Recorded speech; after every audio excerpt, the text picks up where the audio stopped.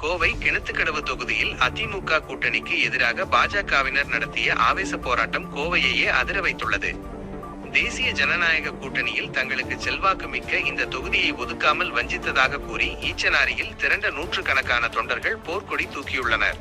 கடந்த நாடாளுமன்ற தேர்தலிலேயே பாஜக இங்கு அசுரபலத்தை காட்டிய நிலையில் தற்போது அதிமுக தனது பிடிவாதத்தால் தொகுதியை கைப்பற்றியிருப்பது பாஜக தொண்டர்களிடையே கடும் ஆத்திரத்தை ஏற்படுத்தியுள்ளது.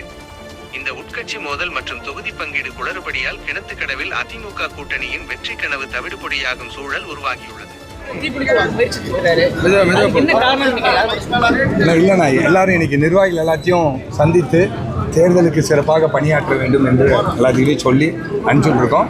எல்லாரும் இப்போ கூட்டணிங்கும் போது சிலது விட்டு கொடுக்கறது வேணும், சிலது ஏமாற்றம் வரும், இயல்பு. நாம் பலமாக இருக்கக்கூடிய பகுதியில் கூட்டணிக்கு விடக்கூடிய சூழ்நிலை இருக்கும், கூட்டணி பலமாக இருக்கக்கூடிய பகுதியில் நமக்கு விடக்கூடிய சூழ்நிலை இருக்கும். எல்லாத்துக்கும் நம்ம